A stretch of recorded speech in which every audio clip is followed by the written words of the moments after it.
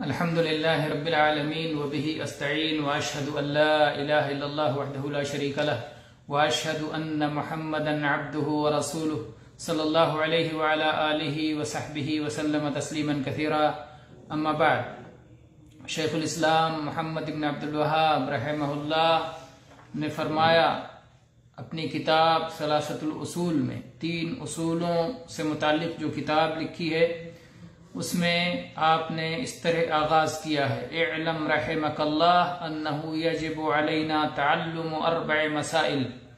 اس بات کا علم حاصل کر لو، اللہ آپ پر رحم فرمائے کہ ہم پر 4 مسائل کا سیکھنا فرض ہے.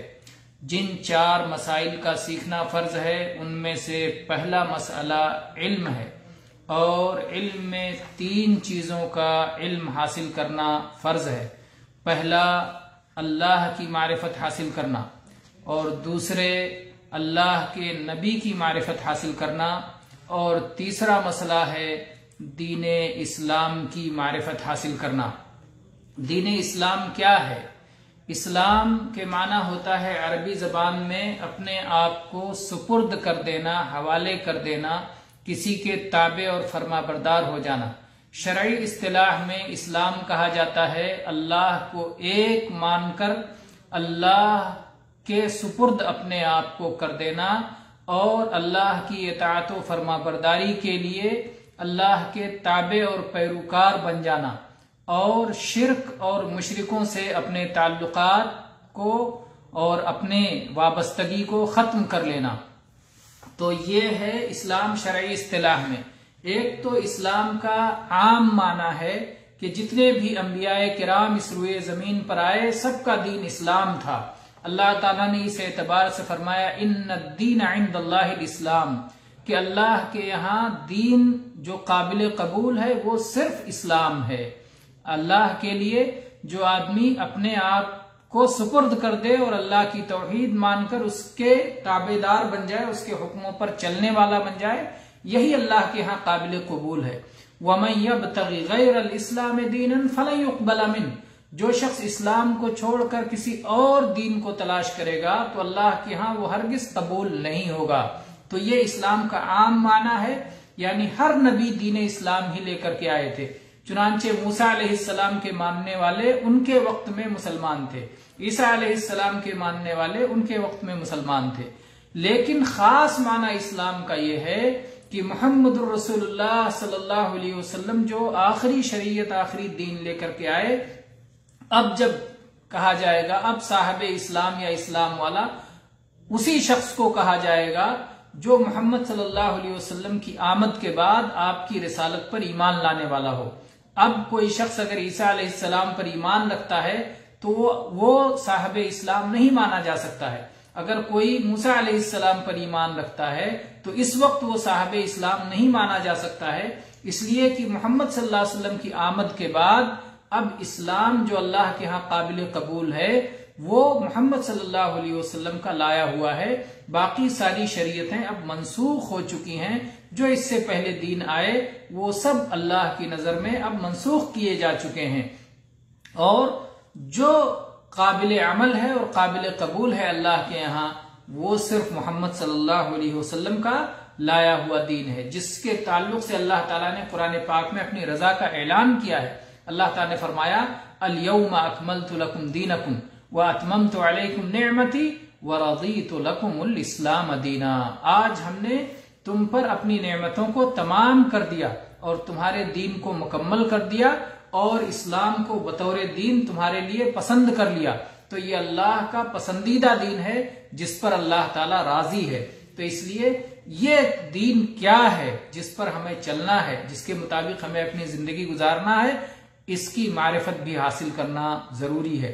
تو جن 3 چیزوں کی معرفت ایک انسان کے لیے حاصل کرنا ضروری ہے، جن 3 چیزوں کا علم ایک انسان کے لیے حاصل کرنا ضروری ہے، وہ پہلی چیز ہے اپنے خالق و مالک اور اپنے سچے معبود اللہ کا علم ہو، اور دوسرے اللہ اور ہمارے درمیان اللہ کے احکام کو پہنچانے میں واسطہ بننے والے اللہ کے نبی، آخری نبی محمد صلی اللہ علیہ وسلم کے بارے میں علم ہو، اور تیسری چیز محمد صلی اللہ علیہ وسلم جو دین اسلام لے کر کے آئے اس دین کے بارے میں علم ہو، تو یہ 3 طرح کا علم حاصل کرنا ہر ایک پر فرض ہے، ہم سب پر فرض ہے، لازم ہے، ضروری ہے۔ اگر اسے نہیں سیکھیں گے تو گنہگار ہوں گے، کیونکہ ہم نے ایک فرض کو چھوڑ دیا۔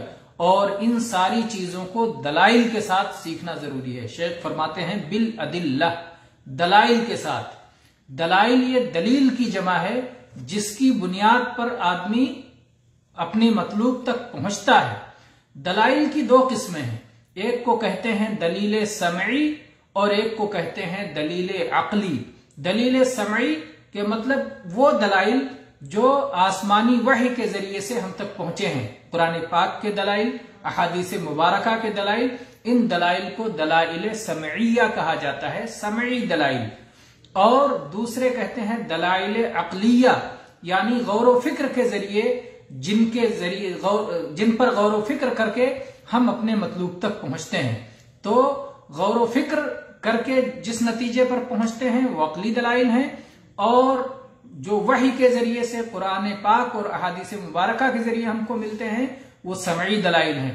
تو اللہ کی معرفت ہمیں عقلی اور سمعی دونوں دلائل سے ہونا چاہیے، نبی کریم صلی اللہ علیہ وسلم کی معرفت عقلی اور سمعی دلائل سے دونوں سے ہونا چاہیے، اور اسی طرح سے اسلام کی معرفت بھی ہمیں دلائل کی بنیاد پر ہونی چاہیے۔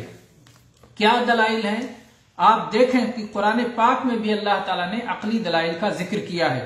عموماً جب عقلی دلائل کا ذکر کیا جاتا ہے تو وہاں اللہ تعالیٰ کہتا ہے وَمِنْ آیَاتِهِ، اللہ کی یہ نشانی ہے، وَمِنْ آیَاتِهِ، اللہ کی یہ نشانی ہے۔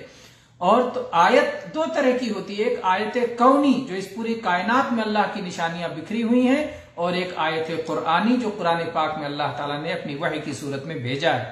تو یہ اللہ کی آیتیں ہیں جس میں غور و فکر کر کے بندہ صحیح علم تک پہنچتا ہے۔ نبی کریم صلی اللہ علیہ وسلم کے رسول ہونے کی سمعی دلیل اگر آپ دیکھیں تو اللہ تعالیٰ نے فرمایا محمد الرسول اللہ والذین معہ اشداء علی الکفار رحماء بینہم۔ تو یہاں اللہ تعالیٰ نے آپ کی رسالت کا قرآن پاک میں اعلان فرمایا، یہ سمعی دلیل ہے۔ اسی طرح سے قرآن پاک کی ایک اور آیت میں اللہ تعالیٰ نے فرمایا وما محمد الا رسول قد خلت من قبلہ الرسل، محمد صلی اللہ علیہ وسلم اللہ کے بھیجے ہوئے رسول ہیں، اور آپ سے پہلے بہت سارے رسول اس دنیا میں آ کر جا چکے ہیں۔ تو یہ بھی آپ کے رسول ہونے کی سمعی دلیل ہے۔ اور جہاں تک آپ کے رسول ہونے کے عقلی دلائل کی بات ہے تو بہت سارے عقلی دلائل ہیں، جن میں سے قرآن پاک سب سے بڑی دلیل ہے جو قیامت تک کے لیے آپ کا زندہ معجزہ ہے، اور آپ کے سچے رسول ہونے کی گواہی دیتا رہے گا، جس میں جو احکام ہیں، جو مصالح ہیں، جو خبریں ہیں، قرآن پاک کی جو سچی خبریں، جو سچی پیشین گوئیاں ہیں، جس طرح سے قرآن پاک نے پیشین گوئی کی تھی وہ پوری طرح اسی طرح پوری ہوئی جس طرح قرآن نے کہا تھا۔ اسی طرح سے جو احکام دیے ہیں انسانیت کے لیے اور معاشرے کی اصلاح کے لیے اور لوگوں کے سدھار کے لیے اور ایک آدمی کو اچھے انداز میں، بہتر انداز میں زندگی گزارنے کے لیے، وہ احکام اس بات کی دلیل ہیں کہ ان انسانوں کے پیدا کرنے والے ہی نے یہ احکام بھیجے ہیں، کیونکہ انہی احکام میں انسانوں کی بہتری ہے، بھلائی ہے، ان کے لیے خیر ہے اور ان کے لیے نجات اور سعادت ہے۔ اسی طرح سے نبی کریم صلی اللہ علیہ وسلم کے عقل رسالت اور نبوت پر عقلی دلائل میں سے ہیں آپ کے معجزات، جو بہت سارے معجزات آپ کے ہاتھ پر صادر ہوئے وہ عقلی دلائل میں سے ہیں۔ اسی طرح سے جو آپ نے غیب کی خبریں بتائیں، مستقبل کی خبریں بتائیں اور آپ کے بتانے کے مطابق وہ واقع ہوئیں، یہ سب بھی آپ کی نبوت کے عقلی دلائل میں سے ہیں۔ تو یہ 3 چیزوں کا علم ہمیں دلائل کے ساتھ ہونا چاہیے، فقط تقلید کی بنیاد پر نہیں، محض اس لیے کہ یہ ہم نے کسی سے سن رکھا ہے اور بس سنی سنائی بات پر ہم ایمان لا رہے ہیں، ایسا نہیں ہے، بلکہ ہمارا ایمان دلائل کی بنیاد پر ہو اور اس طرح سے یقینی ایمان ہو جس میں شکوک و شبہات کی کسی طرح گنجائش نہ ہو۔ ھذا واللہ تعالی عالم وصلی اللہ علی نبینا وسلم والحمد للہ رب العالمین۔